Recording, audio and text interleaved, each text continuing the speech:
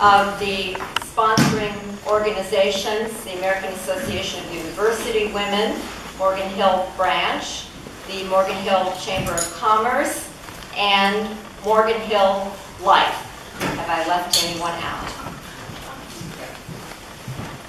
So I'm going to do a little welcoming of people that are here, and then go over the ground rules for the evening, and then we'll go right into introducing our candidates, having their opening statements, and then have questions from the panel, and that's how we're going to do it this evening.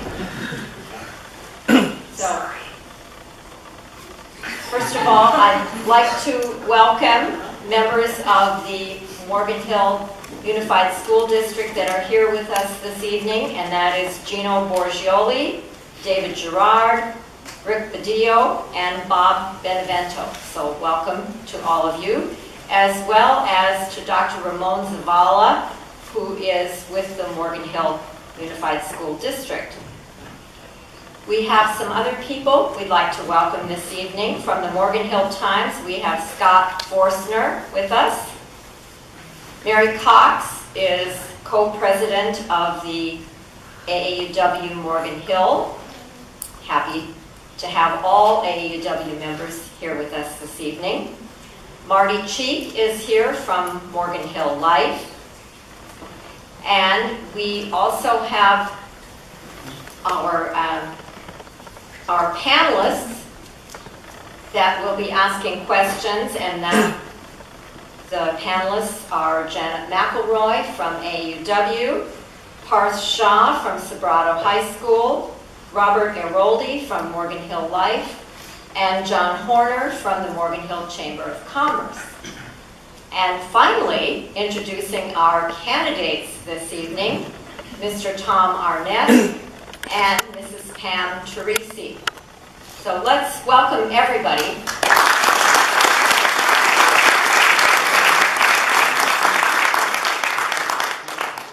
We do have a few ground rules for the evening. To simplify things and to help things go along more quickly and smoothly, please hold your applause until after all the questions have been asked and answered.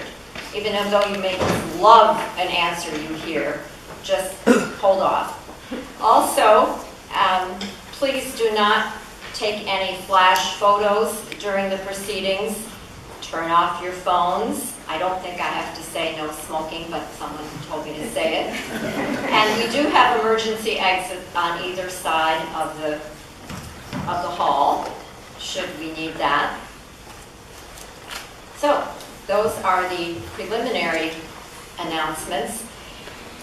The way that the timing will go this evening, because we do have timing, is that we will begin with opening statements from each of our school board candidates, and they will be given 2 minutes each. So that's the timing, and they know what that is. They're going to see a green card. We've got a wonderful helping students here in the front row. A green card at the beginning of the 2 minutes. They'll see a yellow card after a minute and 30 seconds, and then when they see red, that means it's 2 minutes and their time is up. And they might get by with a little extra because the way the lights are, it's really hard for me to see the colors. I'm glad you mentioned that. Yes, but I do have a gavel, so I can get pretty tough if I need to. I think that explains everything. Are there questions from any of the panelists before we get going? Okay, great. So we had a I said it that way again. Coin toss, which is not correct. It's coin toss. And we're going to hear first from Mr. Tom Arnett, and going to ask each of the candidates in your opening statement to address certain questions that we would like to have answered, and anything else you can fit in that amount of time.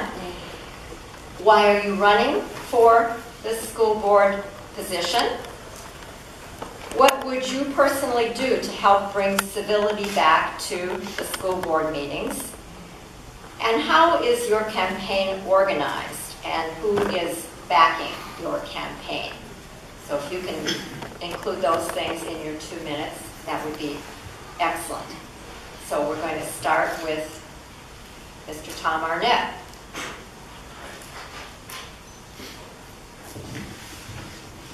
Well, thank you. I want to say thank you, first of all, for the opportunity to be here and be a part of this forum, and thank you all for coming and having the interest in finding out about us. So why am I running? Well, I think it comes down to a couple things. Number one is I care about our community and I care about our schools. And that stems from the fact that I grew up here in Morgan Hill, went to San Martin, went to Britain, went to Live Oak, had a great experience going through the schools and being involved in the band program and the cross-country team at Britain. And now I have kids that are going to be growing up in the schools, and I want to see the schools do well. I have many friends that I've known for a long time that have kids in the schools. In addition to that, though, education is something I'm passionate about. I started my career as a teacher in the Kansas City, Missouri School District, teaching middle school math, and then went on to try and get involved in work to help promote innovations in the education system. One of the challenges I faced as a teacher was differentiating instruction. How do you meet the needs of all the students in your class when they can be so varied? And so from there I went to grad school and got a business degree. I interned at a school helping them develop one of these a program that was a summer school program to help students catch up and meet some of their individual learning needs. And now I am a researcher at the Clayton Christensen Institute, where my full-time job is to go around the country looking at innovative programs that leverage technology to personalize instruction for students, and that use that technology to also help teachers have better data and be better informed to meet the needs of their students. So with all that, I think I bring a valuable perspective to the board. So I guess the last few pieces, what would I do to bring civility? Well, I think number one was reach out and try to get to know all the board members personally, and always maintain maintain civility and respect in our communication. I think one of the key things for a board to function well is that. Do you want me to cover the last one that I missed? Yes. Please do that. So how am I organized? Well, this is my first time running a political campaign, so it's been trying to figure it out as I go. Mainly it's just people in the community that I've known for a long time, friends and family that at church and other places that have reached out to me and said, hey, we are excited that you're running and eager to help support you. I also have some friends from my time as a teacher that are helping me and advising me on the campaign. Thank you. Thank you very much. Okay, let's hear from Pam Teresi. Good evening, and I also want to thank you for coming. I certainly do appreciate it. So the question, why am I running? I'm running because I have a passion for teaching children. I have a passion for Morgan Hill Unified School District. I have lived in Morgan Hill for 50 years, lived or worked in Morgan Hill for 50 years. I was 14 when I moved here, and I was a Live Oak graduate, and my son was a Live Oak graduate. My cousins all graduated from Live Oak. And I firmly believe that I am the best choice for this school board position. I have a lot of experience in working with diverse groups, with students, with adults through the union, where I was a negotiator, and I was also the president of the union, and I worked on budgets. So I have that experience. I'm a collaborative team builder type of person, and I believe that I can do that and get things back on track. And because of that, I believe that I can bring civility back into the board. I've worked with such a diverse group of students and diverse group of employees, administrators, and teachers, and we've always managed to find a goal and work towards that goal. And I believe that that is the important thing that needs to happen here, and that's how we will bring civility back to the board, is by choosing goals, working towards those goals, and getting them accomplished. I've done it before, I can do it again. My organization, I am supported by several members of the community from diverse walks. I am also supported by the employees, the classified employees. I'm supported by MHFT. I have friends and family and neighbors that are also supporting me. And I have a wonderful group of people behind me. Thank you. Thank you to both our candidates. Now our panel, who were introduced earlier, have questions that they will be asking. And since we began with Tom Arnett, then we'll begin with Ms. Pam Teresi for the first question, and that's going to come from Parth. All right, hello. So the first question. Although Silicon Valley is the world's technology leader, Morgan Hill schools do not offer a program with a computer science foundation, progressing towards a technological major in the middle school and high school. High school students seem to avoid taking classes such as Introduction to Computer Science or AP Computer Science. Would you encourage students to strive towards technological classes and careers? Do you have a recommendation to implement more technological programs beginning in the middle school? In other words, what will you do to help ensure the children of MHUSD get a 21st century education? That's a very interesting question because we are Silicon Valley and we are technology based here. Most of our jobs come from that area in some way or form. And it's interesting because years ago when I worked at Britain, it was 7, 8, 9, and we had a computer programming class. And we were very innovative at the time, and we seem to have lost our way. But we are, with the introduction of Chromebooks and the project-based learning and the blended learning concepts where kids are working on computers, doing stations and such, we are introducing children to computers at a younger age, and by then middle school and high school, they will have experience and they will be ready to take those more technologically advanced classes. We also are instituting, the district, a career pathway. And so some kids that will go into college absolutely will go that way. But with this new career pathway, children will be able to learn more about computers and maybe go into the technology programs through a different route. And I believe that's important to open that up to all students. And the children that, with the AP classes, I think if they get, with getting an earlier start with the Chromebooks, by middle school, they will be really, the ones that are interested in that will be ready to go forward and will be interested in getting into those AP classes. I think it's a great program that we've started, and we just need to continue with it. And I have every faith the district will do that. Thank you. So I think that's a fantastic question. I wondered myself, we're right outside of Silicon Valley. We should have some of the best, most innovative programs in the whole state and the whole country. And I think it's not just a fact that it'd be good to have those kind of programs. I think it's almost an imperative, given that we live in a time when technology is rapidly changing our society. The workforce is changing. Job opportunities are changing. And a lot of the jobs of the future are going to involve technology. It's interesting, in my work, we study different types of programs, and one of the things we've looked at is dev boot camps. These programs where people are paying just a few $1,000s to get a real quick course in software development, and then going and dramatically upping their earnings and going to work at places like Google and Facebook. Just shows the demand for that type of work, and therefore the need to have those type of programs here.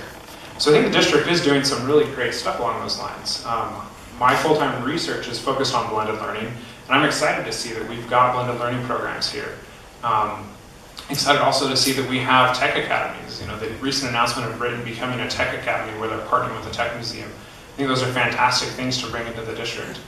I think what people need to stay focused on, though, is that it's not just about bringing the technology into the classroom.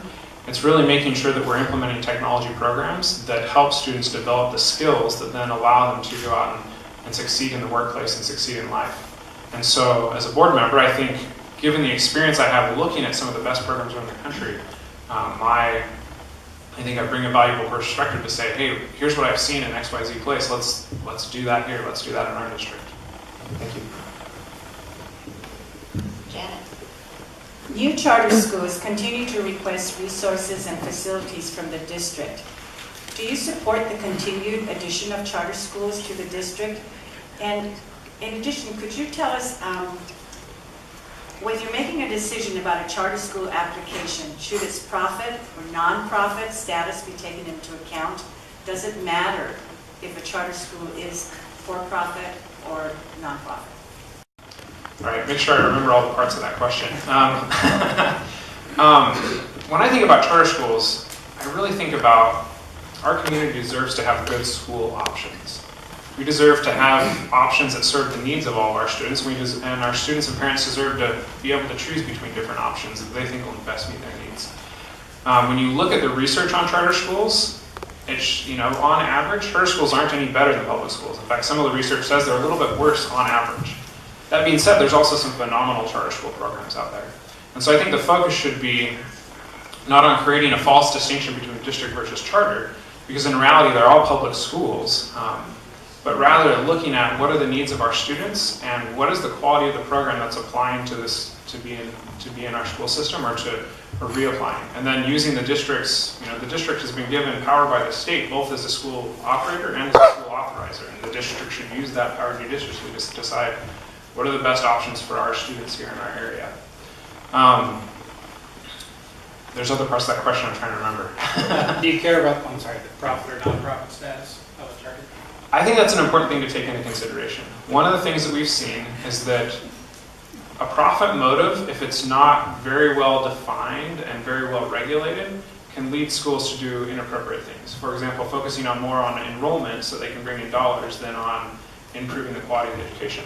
That being said, I think that you really need to look at the quality of the program, but you need to take that into account as well. Thank you. Pam?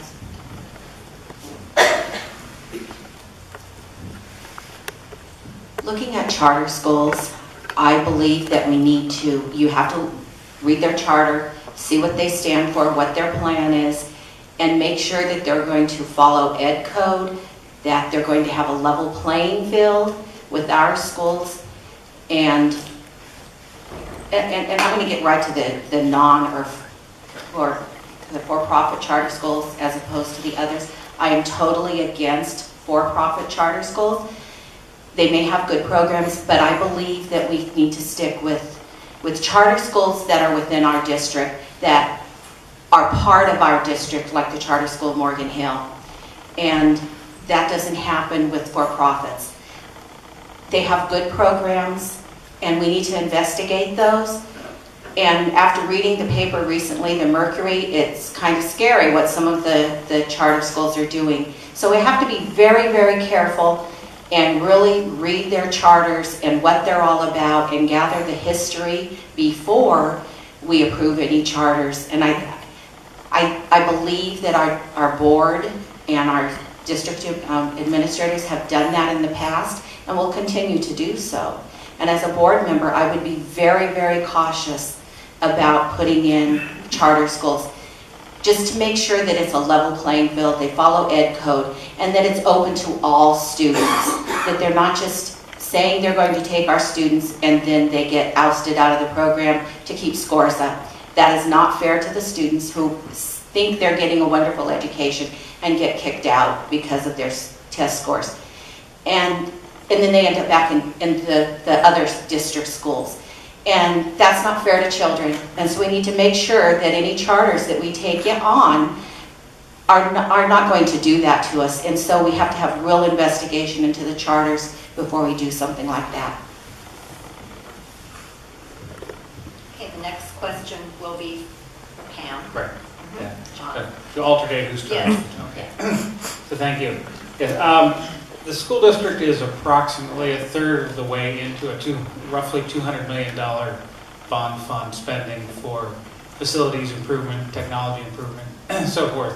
The Board of Trustees has the most critical role in setting the budget and priorities for what that money is to be used for. So I'll start with Pam. The question is one of the money that has been spent so far. Have you studied that, and do you feel it's been well allocated in terms of being respectful of the taxpayers' dollars and making sure that our students are getting maximum benefit? And what are your view of the priorities going forward for the remaining 2/3? Okay, we are, I believe, spending our money wisely. We have focus academies that have been starting up, and I think those are addressing the needs of the different children, and the bond money has helped us be able to do that, and we will continue to do that. We have focus academies that have come up that are addressing the interests of students and their parents, and they're spread throughout the district. And I think that's a wonderful thing, and it is wise spending. And as a board member, I would continue to invest in those focus academies and the renovations that have gone on, and the bringing in the career tech program. I'm a firm believer in career tech. I think it's important to have that pathway open to students, and I've said it before, and I guess I will say it a few more times tonight about how important it is to have a career pathway for students, because not all children will go to college, and they need to have that, understand early on that there is a pathway for them, and so that they feel good about themselves. Children can't feel good about themselves if they think they're not going to go to college because of grades or finances. And so continuing to develop our different academies and opening up that career program and have that pathway for the other types of students, the type of students that I love and work with. I think that's important, and that would be a key thing for me as a board member. So I think one of the things I'm most excited about the Measure G funds is the ways that they've been used to update the infrastructure, specifically the technology infrastructure. We live in a time when technology is enabling some incredibly innovative, powerful, personalized learning models for student instruction. But those models don't work if you don't have the Wi-Fi and the devices and the things to enable that. So I think that's really important. If we want to have programs that can really personalize to students' needs, that can use software to adapt to what individual students need to learn and get them right at their zone of proximal development, we have to have that infrastructure. So I'm excited about that. I also want to say I'm also excited about career and technical education. I think that should be a priority as well. The reason being that when I was in high school, I felt an incredible amount of stress around the fact that it seemed like everything was this one-track race. It was all about competing against everyone else in your class to get the highest SAT scores, the highest ACT scores if you were going to a school that took ACT, getting the highest AP scores, getting the highest grade point average, and that your worth was just based on those narrow metrics. Then I got out into the real world and I realized, no, there's lots of opportunities in life, and you can choose and do the things that interest you and that you're best at. I don't think career and technical education also has to be separate from college-bound education. A lot of the best career and technical education programs are also helping students learn about things like machining or learning about things like robotics and getting their math and their science in a college prep way as well while they're doing that. So I don't think I think we need to be offering those types of options. And last of all, making sure that we see that students are able to realize that college should be an option for everyone, but college isn't the only way to be successful in life. So, thank you. Thank you. This is for Tom to start with. This school board election is for a temporary position on the board. Whether or not you win this election, will you run again in the November election? So for me, that's an interesting question, because right now I don't live in the region that this seat is in. The region I live in right now isn't up for re-election. So if I win, my wife and I are actually in a month-to-month contract on our rental, and we're looking at options for, where can we relocate so that I could continue to be involved in serving the district as a board member. If I don't win, we'll probably wait till 2018 when the region that we're in right now comes up for re-election.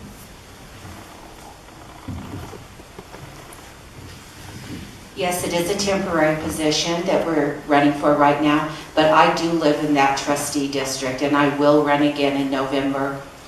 So I don't have to move. It's not something I have to think about. I'm there already. So I'm prepared to run in November. This question is now for Pam. So this is a combined both from the submitted questions from the audience and the panelist questions. MHUSD has a history of hiring excellent new teachers, training them for 1 to 2 years, and watching them leave the district to some other district for more money.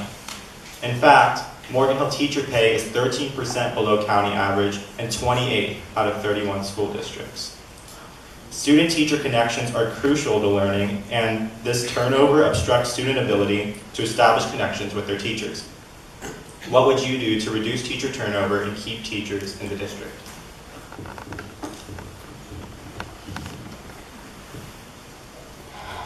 After being at the board meeting the other night and listening to the teachers, it's heartbreaking to realize that we are losing teachers. They have to leave because they cannot afford to stay here. As some people pointed out, if you have a spouse with a well-paying job, you're fine. But if it's 2 teachers or a single person, they have to leave. They cannot stay here. And that's a very sad situation. And we have to raise the pay. We have to find the sources, the funds to do that. We also have to figure out a way to offer teacher housing and to try to help these young people or older people stay here, because we are losing the cream of the crop. These people came here, listening to them the other night, they came here knowing this was the lowest pay, hoping they could make it work, and now they're realizing that they have to leave.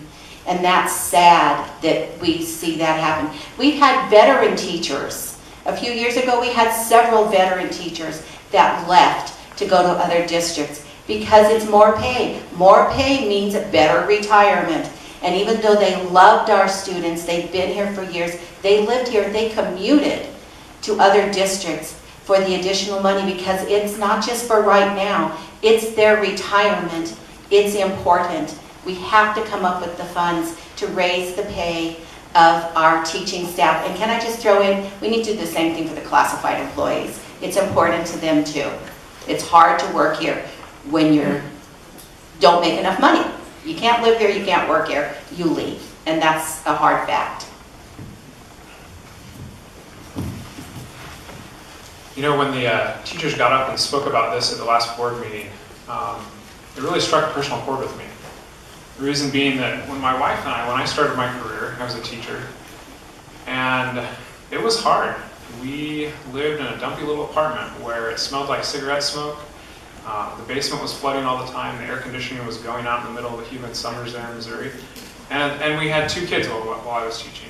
And the reason I left teaching, frankly, was because it got to the point where we said, we just can't live like this. We have to find something else to do.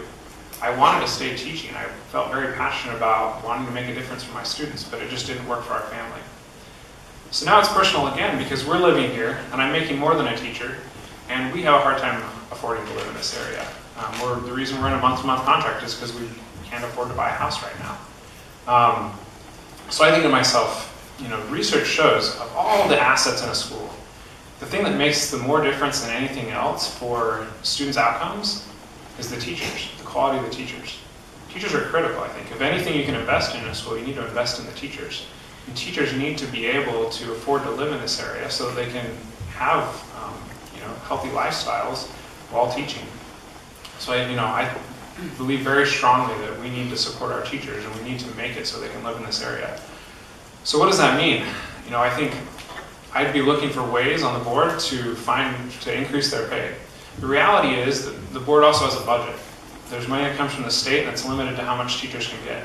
But I'd be looking into ways of, can we find revenue from other sources? Can we find ways to reallocate that budget? And ultimately, can we go advocate with the state and find ways to raise money for our schools across the state so that we can pay our teachers more? Because that, I think, is critical. Sounds like you both were at the board meeting. This is a question about what happened at the board meeting Tuesday. This is from the audience. This past Tuesday's school board meeting, during the future agenda items part of the meeting, the board president verbally admonished a member of the public for videotaping the open session board meeting.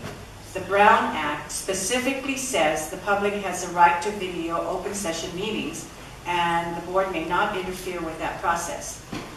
Therefore, interfering with the Brown Act by a trustee is a violation of the Brown Act. As a board member, how would you advise the board president? Oh, Tom. I think there's a bigger issue behind all that. The research I've read on well-governed districts and good effective boards is that they set politics aside and they realize that they're members of a board that need to work together. In a courtroom, when you have a court case and you have a settlement, at the end of the day, the judge makes a ruling and you walk out and everyone just has to deal with it. But with a board, you have to keep coming back together and working together. So the research shows effective boards are boards where people can talk through ideological differences, talk through issues, and then come to consensus and work together on doing what's best for students. And sadly, I just don't see that happening with our board right now.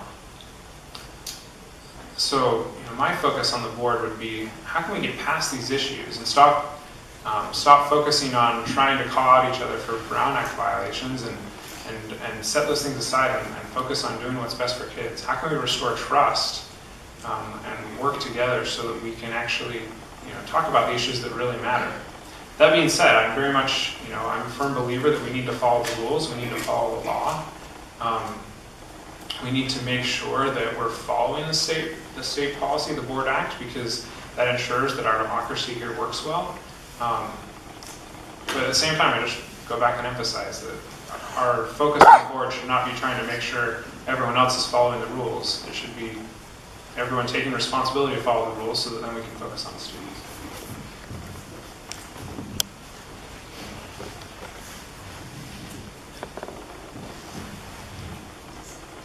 That the board has lost track, and there is a lot of time spent on pointing out what the other guy is doing wrong instead of focusing on what they should be doing and working together. You need to, what I've learned over the years working within representing the classified employees is you set a goal, you find steps, everyone has to agree on the goal. It's interest-based bargaining, basically. You pick a goal that everybody can agree on, and then you work towards that goal. And everybody does their steps to work through that goal. And I believe that's what should be happening at the board right now. And they've lost their way, and they're too busy pointing out what the other guy's doing wrong. And that's not conducive to getting anything accomplished. And you know what? It sets a bad example for the seniors that are there for 6 points, watching adults argue and fight with each other. That's not a good example to set for children. They're impressionable. They're going on with their lives, and they're getting caught up in this. We're appearing in the newspapers, not just our 2 local papers, but we're appearing in the Mercury, and with people arguing instead of getting the job done, setting the goals, long-range goals, short-term goals, and getting the job done. And I believe that I am a collaborator and that we can get things back on track. And that's where we need to be, not trying to point out what somebody else is doing wrong. I think you need to worry about what you're doing right, and then everything else will fall into place, instead of worrying about what somebody else is doing wrong.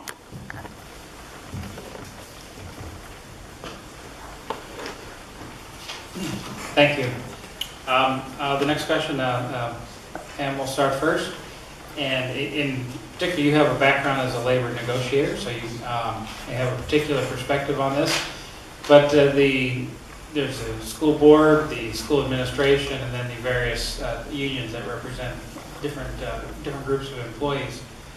How do you see that relationship working best, and not only in the areas of salary, but the other kinds of issues that get negotiated? And you would, in some ways, be on the other side of the table, so to speak. Looking out for the taxpayer's interest in this case would be your first priority, while also the student's interest, which means making sure people are paid well and we have great people in the classroom and on the school grounds. So how would you approach that whole area in your role as a trustee? Well, as I said, I have had interest-based bargaining. It's one of the things that the 2 employee groups and administrators did together, and it's choosing a goal. Everybody chooses the goal. We decide on a goal, and we work towards getting that goal. And I believe that that's how you get things done. And I have that experience by working with my union and representing the people and the diverse group of people, because the classified employees cover everybody that is an administrator and isn't a certificated person. So it's the bus driver to the food service to the paraeducator to the person in the front office. It's a wide range of people. And I believe that if we set goals and we work together, we can get it done. And even though I've been on the other side at the podium saying we need more money, it's a fact we do need more money. I'm retired, I guess I've got what I've got. But the employees, the people that are still working, they need more money. The teachers, the certificated people, the classified people, they do need more money. But we also have to be fiscally responsible, and I understand that. And I've made hard decisions in the past when we had really bad budgets and had to cut $6 million, $4 million, $2 million. I've been there. I sat in those budget committees where we decided on doing away with class size reduction, programs, employees. I've done it before. I can do it again. If we need someone to be fiscally responsible, I believe I can do it. I've done it in the past. And that's the important thing. We have to be fiscally responsible, but we have to retain our employees at the same time. It's a double blade. And I believe that I'm capable of doing that because I've done it before.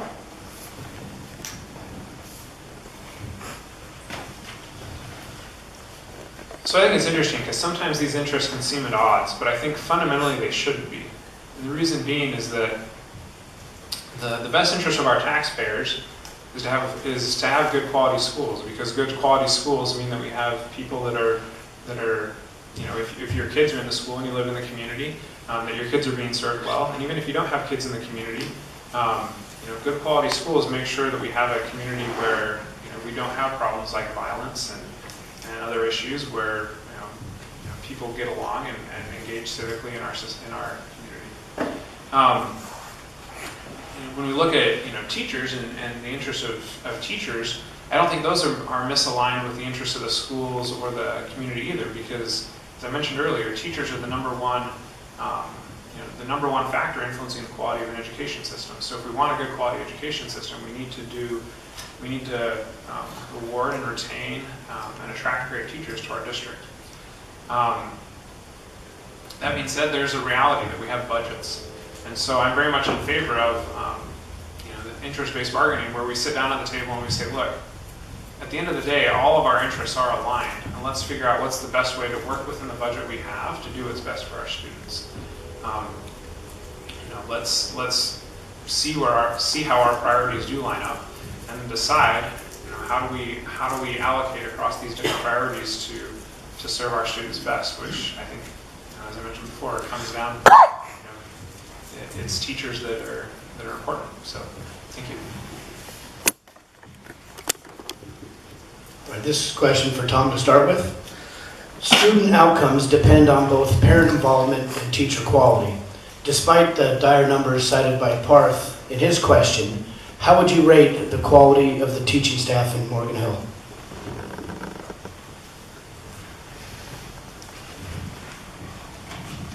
I think that's a tricky question, because to rate the entire teaching staff across all of the schools, across all of the programs in the district is tricky.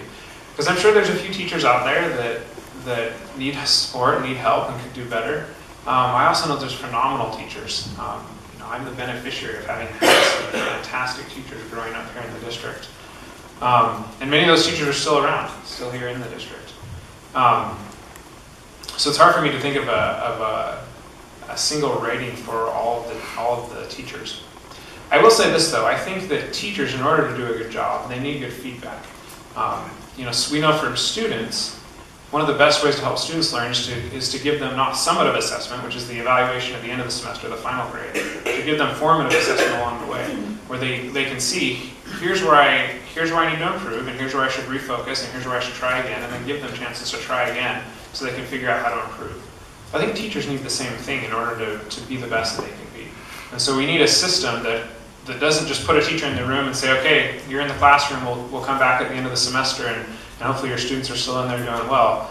but ways to have teachers see data on how are my students doing day to day. I think that's actually one of the great benefits of the technology we have now, is that more and more we have technology that can give teachers real-time feedback on how their students are doing. And I think that's what teachers need in order to improve, is that data that lets them see, here's the students in my class who are struggling, here's the ones that are doing well, how can I adjust my instruction to meet those individual needs and improve over time as a teacher.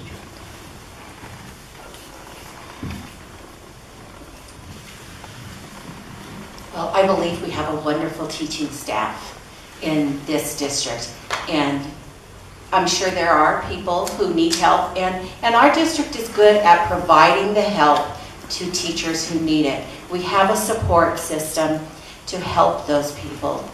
And I worked here 34 years. I met very few people, very few teachers that weren't superb.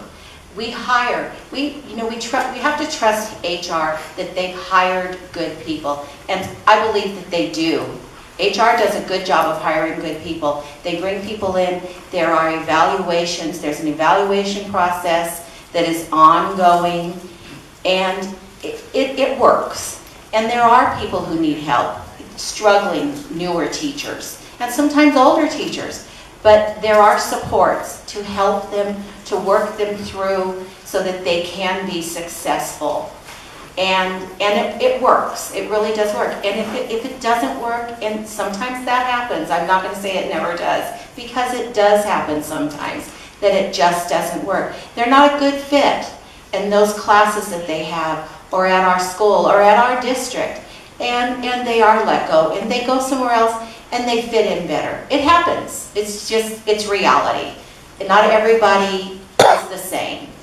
But I believe that we have a good support system for people, for the teachers that need it. It's there for them, and it is successful. This year's decision to integrate 6th grade into the middle schools is a hot topic. Do you support this integration? If yes, should there be a special program for 6th graders to help them transition into the middle school? When I first heard about this, I went, oh no, not little 6th graders, even though I've been at an elementary school for 20 years, and I knew they were way more than, oh, poor little 6th graders.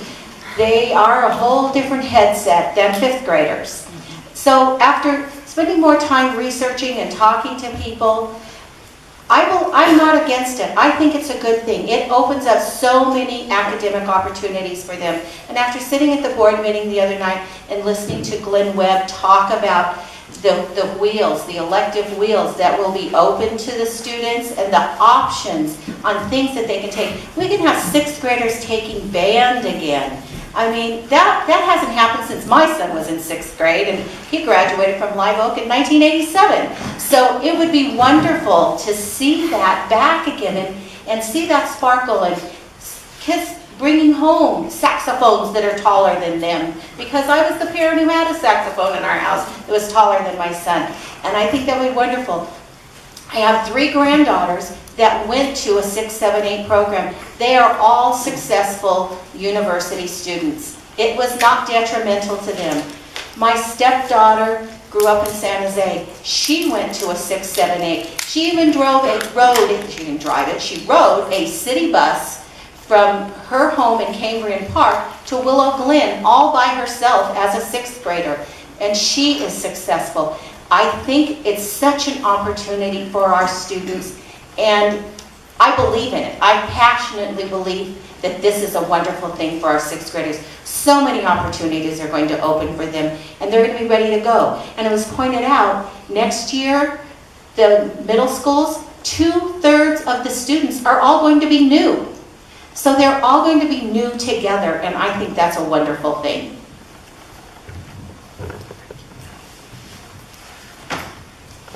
So I think the reason why this is a controversial issue is because there's trade-offs involved. And the trade-offs weigh out differently for different people.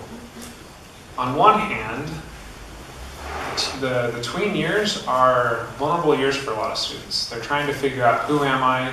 They're trying to figure out, where do I get my sense of self-worth, self-esteem, my sense of identity? And a lot of parents, I think, look at that and say, I prefer when my students starting into those years to have them in an environment where they're with one teacher through the whole day who knows them, where they're with friends that they've known since early in schooling, where they're in a smaller, tight-knit community where they can have that support. So that's one side of the balance. The other side, though, is that middle schools also offer a lot of advantages. One of the things I loved about Brighton was the band program. And I felt a little bit disadvantaged going into band there because at that time there were some kids who got band in 6th grade at their elementary schools and I didn't. And so I think it's fantastic that 6th graders have the opportunity now to do band in 6th grade. The reality is that middle schools offer the opportunity to have more robust programs like band. They can offer more electives. They can offer more robust sports programs. So that's the other side of the trade-off. The other issue is the quality of the teaching. When I was a teacher, I taught at a K-8 school as a middle school teacher. And I'll tell you, in middle school, when the subjects start to get more rigorous, it is hard to teach all of the different subjects. And so at our school, partway through the year, the middle school staff finally decided, you know what, we're going to differentiate and we're going to have our students rotate as if they were at a regular middle school so that we can each specialize. I did math, another teacher did science, another teacher did language arts. So that being said, I think one of the great things about our district is that we have choice enrollment. And my perspective on this is if parents feel like the elementary school is the best place for their student, we have options in our district where you can go to an elementary school. If you feel like middle school is the best option for your student, we have those options as well. And parents should be able to make those choices.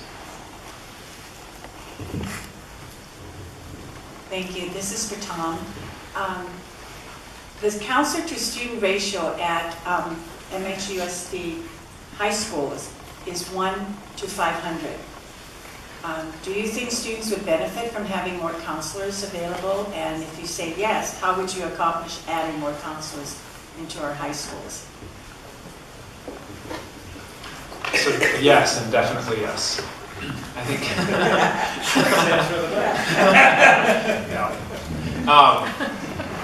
This is a problem not just in the district, a problem around the country.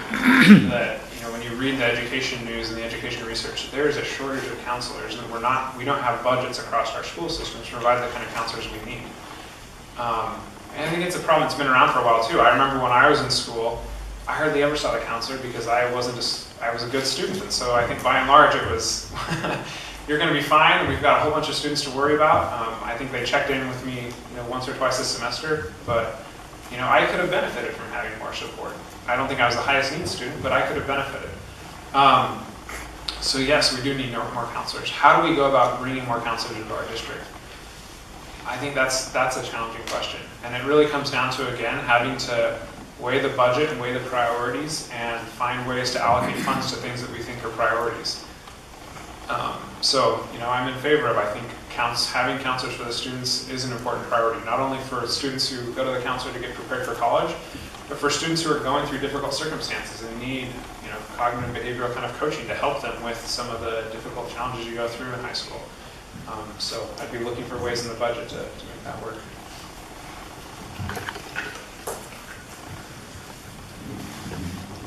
Absolutely. We definitely need more counselors.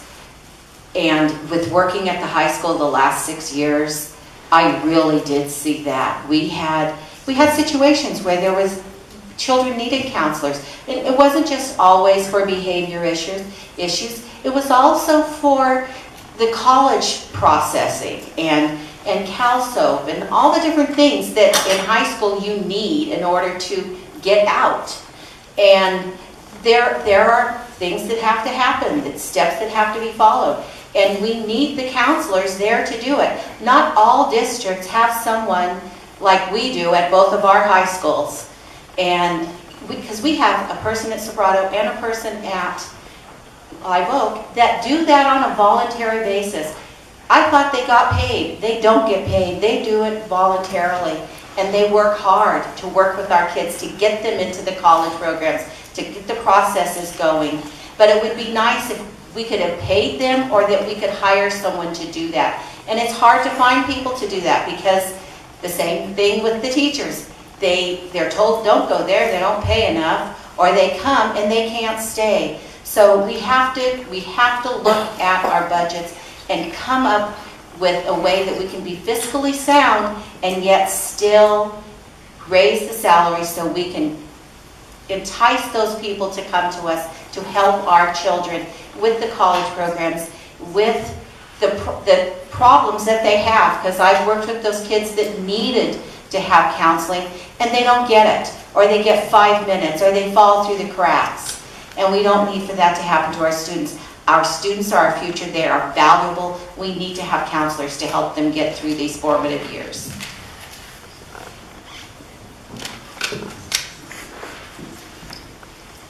Thank you very much. Next we'll start with Pam again. I don't know how much each of the candidates has followed the state's transition from heavily categorical funding to more local control funding. That gives more flexibility within the district to decide how money gets spent. One of the programs that traditionally was categorically funded were our very thriving ag programs in both of the high schools. We have not had large career technical education efforts on that same scale in other areas. The ag programs are fantastic. They build character. They're terrific programs. And there's also the fact that in the city of Morgan Hill, there are 10 times as many jobs literally in advanced manufacturing as there are in ag today. So ask one, with future funding priorities, would you envision continuing to fund the ag program? And both of you have mentioned CTE as a priority. How would you approach the whole area of CTE, our traditional ag program and others as well? And if you are interested in others, would you highlight one or two that you think would be the next things we should be going after? I have been following it, and we do have a wonderful ag program at both high schools. And we need to continue with both of those. But we also need to look at other career paths for our students, and with the CTE program and the areas that they're going to work in. Years ago, when my son was in school here, they were called ROP classes, and we had automotive, and you worked there and you learned how to tune up your car, and some people became mechanics and got very well-paying jobs doing it. And we need to bring something like that back. There was a forestry program. There was the program for the child development programs. And there were a lot of things that let people find their path, find their way in life, the things that interested them. It wasn't just something to do so you didn't have to write a term paper, because there were papers that had to be written with those things. So I think that we need to open that up and do the research and find the things that are hiring now, that have the future for hiring. And I believe some of that is medical. I mean, medical seems to be a path that is open and growing, and we need to pull something into our career along the medical field. And that would benefit our students. And there are other things, and I can't address all of them because I don't know. But I know medical is a strong thing right now. I have a granddaughter that's trying to be a nurse, so I know that pathway. And was law enforcement and the carpentry. Those were all things that were important, and we need to develop those and research. And I don't have the data for that, but we need to research. I'm sure the district is doing it, and they'll make the right choice. And they'll present it to the board, and the board can help decide this. So I want to comment first on the local control funding shift that the state went through. This change in policy now, where it used to be that we had this categorical funding that said you have to spend this much money on this program and this much money on this program. And now the district has a lot of leeway to say, here's a pot of funding, and here's the priorities of the state. Show us your plan for addressing these priorities, but then allocate the funding according to what is best for your programs. I think that's important because there's no blueprint that says this is exactly how you do the perfect education system. We just don't have that. And so having state policy try and tell us, here's how you need to run your schools, is just not going to work. We need to be able to have opportunities to innovate and develop new ideas and new programs at the local level. And for local leaders and communities to decide, these are the priorities that matter to us. So when it comes to making these hard choices about ag programs versus other programs, frankly, I think I wouldn't want to see any of the extracurricular programs go away because I know they all add different value for different students. For me, it was the band program. The other night, a few board meetings ago, they had the FFA students come in and talk about what a difference that program made in their lives. And so different students need these different programs. But at the end of the day, I think we need to focus on what are the things that are going to help students enjoy and enrich their lives, but also what are the things that are going to prepare them for the future. And not just prepare them in terms of being able to pass your SAT and ACT scores, but develop life skills. So that being said, some of the things that I think would be priorities would be one, computer science. We're in an area where that's a big industry and it's a growing industry. Beyond that, looking at the fields that aren't computer replaceable, things like carpentry, things like the healthcare field, nursing, things like that, where we know that those jobs aren't going to be outsourced to computers when Google's cars are driving around our streets. And those are going to be opportunities in the future. So, thank you. All right, this is a follow-up question to the one we asked earlier about the quality of teachers in Morgan Hill. How should the district deal with those relatively rare situations where teachers are not doing their job well? That's for Tom to start.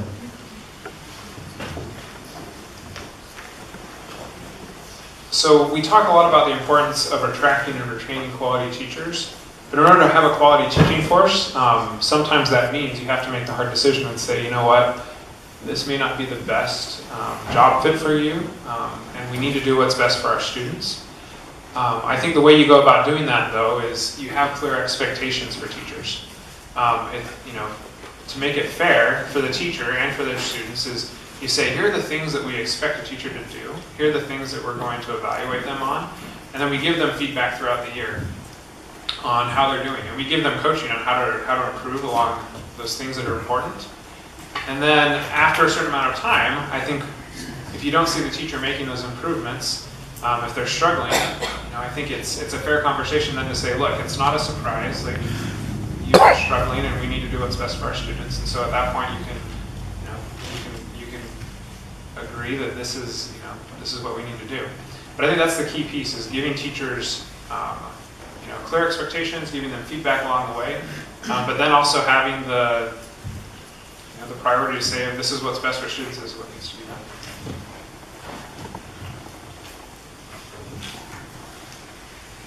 I kind of answered that earlier, so anyway, so we have to attract teachers and keep quality teachers.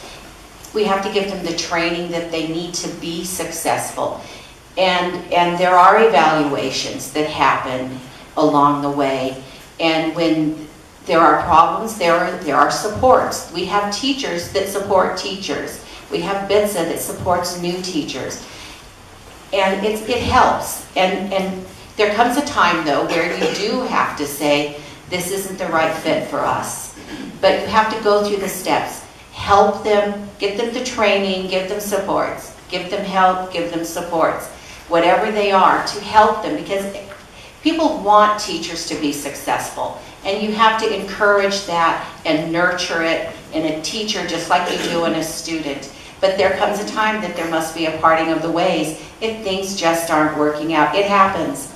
It's rare, but it does happen. And they may fit better someplace else, as I said earlier.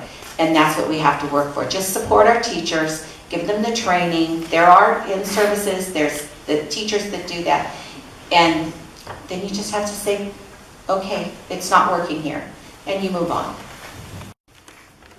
In Morgan Hill, we have a very large second language learner population. As a member of the school board, how do you plan to support this population? Pam?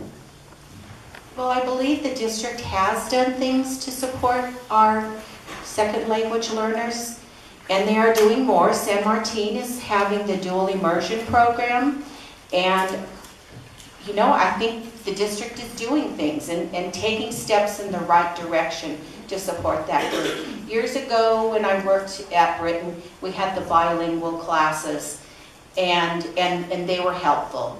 We've gone beyond that, and now we have dual immersion. And I believe it's very helpful. I really do. My granddaughters were all 3 in dual immersion classes, and it was good for them. It was good for the other students. Everybody learned a little. They learned from each other. And I think that's important. And as a board member, I would encourage more dual immersion programs at other schools, not just at San Martin, but spread it out and have it in other schools, because it is important to help everybody. And that, I think it's important. And so to spread it out, but the ultimate goal, I believe, is to have some people learn Spanish, some people learn English, and at the end, everybody learns both. And I think that's the important thing, is support people in their own language, but at the same time, support them so that they can go out and get jobs where people expect them to be bilingual in both languages. So this is an issue that I find important on a personal level.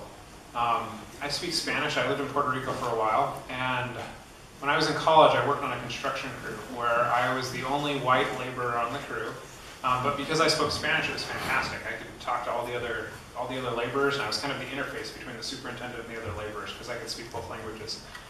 And something that really struck me in that summer, in that experience working on that crew, was that the other guys I was working with were incredibly smart, intelligent, hardworking men, good, responsible caretakers of their families, but they didn't have options outside of construction because basic things. They didn't have a high school diploma because they had immigrated here, and they didn't speak English. And seeing that was actually what motivated me and made me think, and probably one of the earliest experiences I had that said, I want to get involved in education because I want to make a difference for people like this so they can see their potential and achieve their potential. So I think we need to do things to help those students be successful. I think one of the key things, I think it's great that we have the dual immersion program at San Martin. My wife and I, when we were looking at options for our son, we looked a lot into that program. And I think it's good not just for students who are English language learners, but for students who, they've shown that dual immersion helps improve all students' cognitive abilities. We need programs like that. We also need to make sure that we're giving our teachers the training they need to know how to support those students.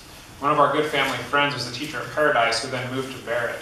And she talked to me recently about how challenging that was because Barrett had a higher ELL population, and she went from being this just beloved teacher to a teacher who really struggled to be able to connect with the students and families in her classroom because she didn't feel like she was getting the support she needed to know how to address their needs. So I think that's key. And then the last thing I'd say is just we need to find what works. As we have different programs and we see the success, we need to find ways to expand that across the district. Thank you. This question goes a little different direction where we've been before. We'll start with Tom. One of the roles of the school board, the trustees, probably I would imagine one of the most difficult is dealing with expulsions and other kind of extreme issues around that. Some of our campuses in the district have been working heavily on a restorative justice model. Some others have not currently engaged as deeply in that particular way of going about things.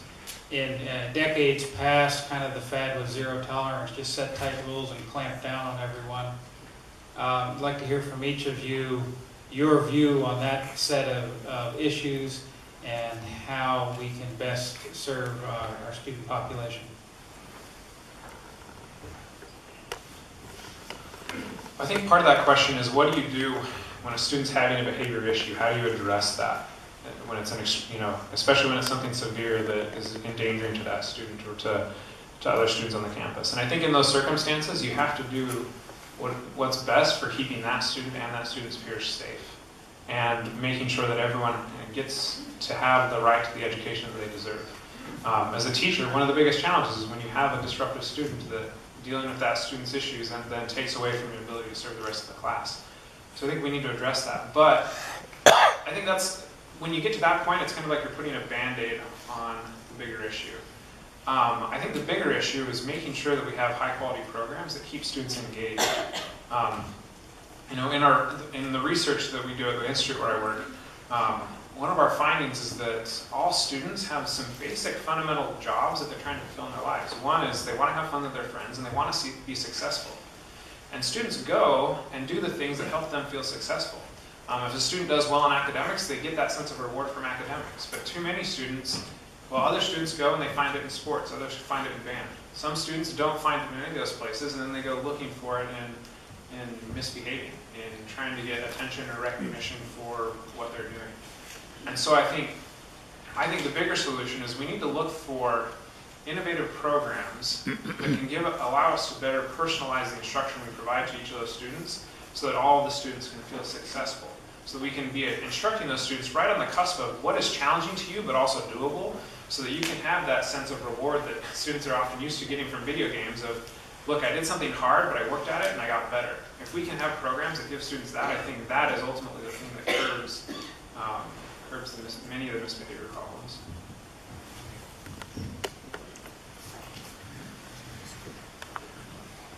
Working in special ed, I've had a lot of students over the years who were behavior issues, and it is keeping them engaged and letting them find success in the little steps, and not that they get so bored and frustrated with not being able to do the work that they then act up as a way to entertain the other kids or as a way to get kicked out of class. So then they don't have to try to perform because they're not there. If they're not there, they don't have to do the work. And that's the thing that goes through their head. If I'm not here, I don't have to do the work. I'm not being held responsible for it. So we have to find ways to keep the students engaged and successful. And success for one kid is not the same as it is for another. And so we have to do programs, lessons that are geared for individual children. And it happens. We have a lot of teachers that are very successfully doing that.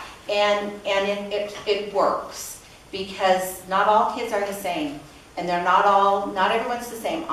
There's visual learning and auditory learning. I'm a visual learner. That's why I've written down the questions and points that I want to make, because I'm a visual person. That's the way I learn. Other children learn other ways. And so you have to find the thing that works for each particular student to find them, keep them engaged, and that will control behavior better than dinging them. And sometimes it has to happen though. It just does. And they have to go to the office, and for their safety, for other kids' safety. Every child has a right to feel safe in the classroom, whether it's the one that's being disrupted or the one that's being hurt or they're not being allowed to learn. Children have a right to learn. All right, thank you. Many people in high school work hard, get into college, but then are not getting enough money from the college to attend without a significant amount of loans, and worst of all, unsubsidized loans. Silverado High School has the Common Scholarship, which distributes money, but not nearly enough. How would you go about advertising scholarships for college-going students? Pam? Well, that's what counselors are for. and that's why we need counselors, because they have the binders full of all those scholarships that are available. They get the mail in and they distribute it. And that's why we need to have the counselors. And we don't though. We have counselors, but not the ones that really have the time to spend on that.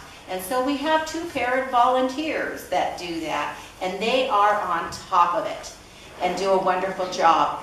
So we have to get a counselor there. We have to get the person this is the person that all the scholarship stuff comes to, and they are in control of it, and they disperse it to the other. It needs to come to one person, and they disperse it to the others, and just stay on top of it and get those kids that are falling through the cracks because they think, oh, I can't go to college. I don't have the money to go to college. But there is a scholarship somewhere for you. There really is, whether it's to a university, which is what you mentioned, or to a trade school. There are scholarships there to help you, and we need to have counselors there to help them and still remain fiscally responsible, but we need to have the counselors there to help. That's what they're there for.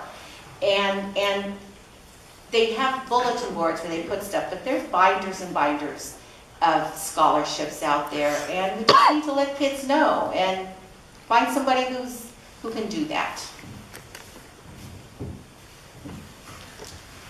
I feel like Pam stole a lot of my answers on that one. I think this issue is indicative of a larger problem we have in our education system, and that the cost of higher education is ballooning. It's growing, student debt is growing faster than credit card debt. And I could talk a whole bunch about what are the national level policies we need to have to fix that, and also what are the innovations that we need to help address that program. But at our local level, what can we do? Well, this is where I think, I agree with Pam. We need to have better counselors. I saw that in my experience. Because I wasn't a high priority student, I could have benefited from having more time with a counselor to help me figure out what are my college options and what are the scholarship options out there. Because the reality is there's scholarships out there for lots of random stuff. For people who, I can't even name it, I'm going to make something up, but it's like people who have, one earlobe that's bigger than the other. There's all sorts of crazy scholarships out there, but most students don't know what they are. And so we need people that can help students get those opportunities. But I also think the other piece to it also is that we need to help students see what their different options are in terms of technical education, in terms of career development programs, internship programs that can help you figure out what your passion is before you're going to college and help you earn money while you're in high school to prepare for that. So I think there's options out there. The bigger issue is more of a national problem, but I think there are things we can do here.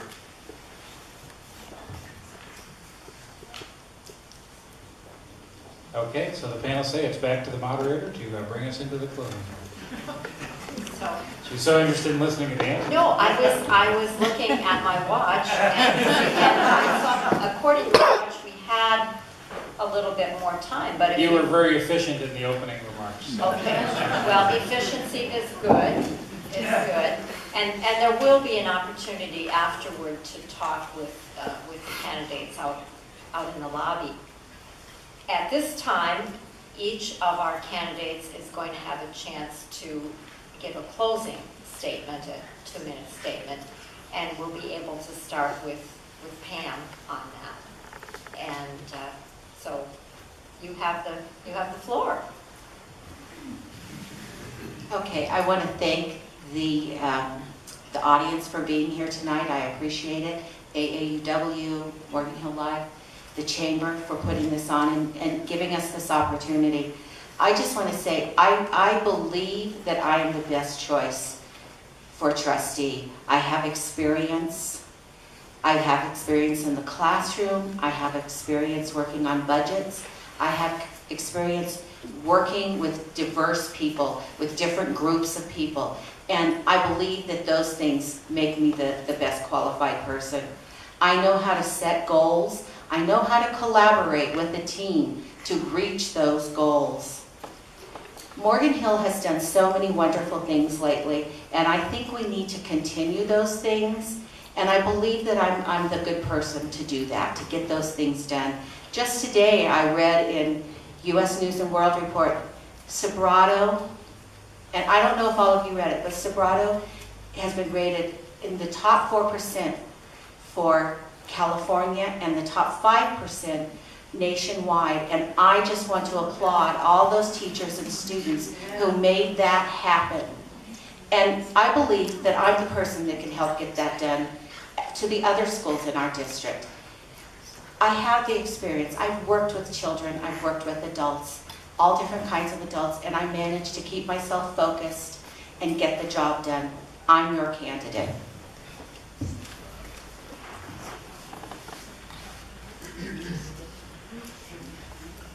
So,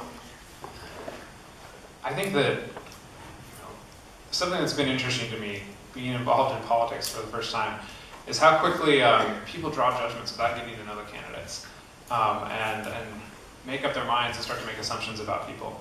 I think Pam and I both offer great backgrounds, great experiences that would be valuable for the board. I think we just have different experiences, different backgrounds.